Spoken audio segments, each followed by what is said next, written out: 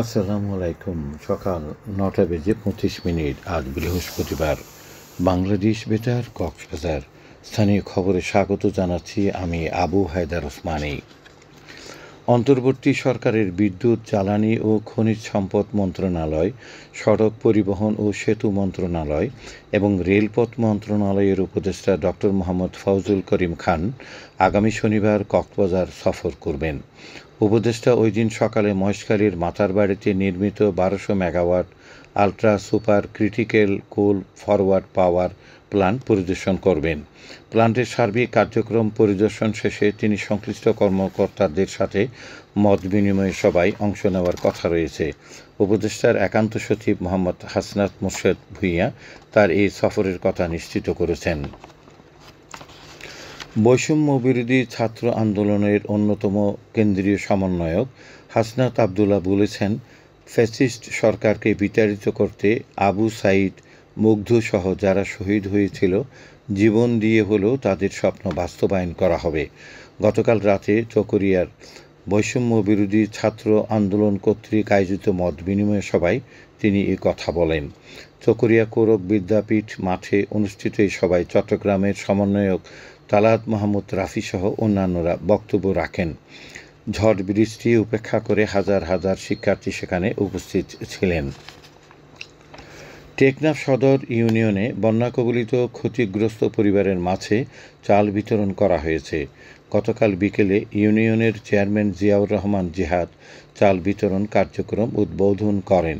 এ সময় প্রতি পরিবারকে 10 কেজি করে 9টি ওয়ার্ডে 540 পরিবারকে 5.5 মেট্রিক টন চাল বিতরণ করা হয়েছে। মহেশখালী দ্বীপের পরিবেশ ও জীববৈচিত্র্য রক্ষায় নাগরিক সংলাপ অনুষ্ঠিত হয়েছে।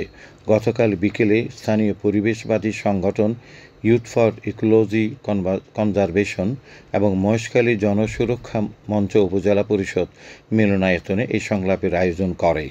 সংগঠনের টিম লিডার SM রুবেলের সভাপতিত্বে এতে ভারপ্রাপ্ত উপজেলা নির্বাহী কর্মকর্তা, উপজেলা সহকারী কমিশনার ভূমি তাজবির হোসেন সহ অন্যান্যরা উপস্থিত ছিলেন।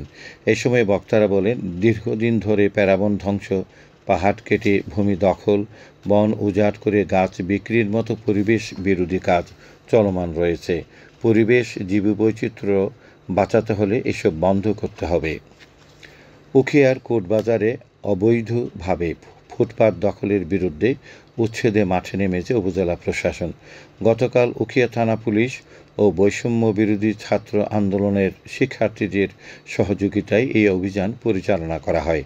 অভিযানে সড়কের উপর গড়ে ওঠা ঝুবড়ি দোকান ও যত্রতত্র যানবাহন পার্কিং সরিয়ে নিতে কঠোর সতর্ক বার্তা প্রদান করেন উপজেলা সহকারী কমিশনার ভূমি ও নির্বাহী ম্যাজিস্ট্রেট সালেহ আহমদ। সড়ক যাতায়াতের উপযোগী করে তুলতে ড্রেনসহ হাঁটার জায়গা দখল করে গড়ে তোলা স্থাপনা উচ্ছেদের নির্দেশ দেন তিনি। উখিয়ায় পৃথক ঘটনায় 2 জনের মরদেহ উদ্ধার করেছে পুলিশ। পুলিশ জানিয়েছে, গতকাল উখিয়া উপজেলার ফালংকালী ইউনিয়নের 20 ও 4 নম্বর রোহিঙ্গা ক্যাম্প থেকে 2 জনের মরদেহ উদ্ধার করা হয়। নিহতরা হলেন আবুল কালামের ছেলে ইমাম হোসেন ও গনিমিয়ার ছেলে রহমতুল্লাহ। উখিয়া থানার অফিসার ইনচার্জ মোহাম্মদ শামীম হোসেন বিষয়টি নিশ্চিত করেন। নিহতদের স্বজনরা জানান, রাতে ঘর থেকে তুলে নিয়ে সন্ত্রাসীরা তাদের গুলি করে হত্যা করে। এদিকে কুতুবদিয়ায় দেশীয় অস্ত্রসহ শাহরিয়ার নামে এক ডাকাতকে গ্রেপ্তার করেছে কোস্টগার্ড। গতকাল উপজেলা লেমশিখালীতে অভিযান চালিয়ে তাকে গ্রেপ্তার করা হয়। এ সময় তল্লাশি করে তার কাছ থেকে একটি 1 নলা বন্দুক, 4 রাউন্ড গুলি, 7টি চাকু, 6টি চাপাতি, 21টি মেমোরি কার্ড ও 3টি সিম কার্ড এবং মোবাইল উদ্ধার করা হয়। কোস্টগার্ড সদর দপ্তরের মিডিয়া কর্মকর্তা লেফটেন্যান্ট মোহাম্মদ সিয়াম-উল হক বিষয়টি নিশ্চিত করেছেন। আবহাওয়া এখন জানিয়ে দিচ্ছি বাঁকখালী নদীর মোহনা ও সংলগ্ন এলাকার সামুদ্রিক জোয়ার ভাটার সময়সূচি।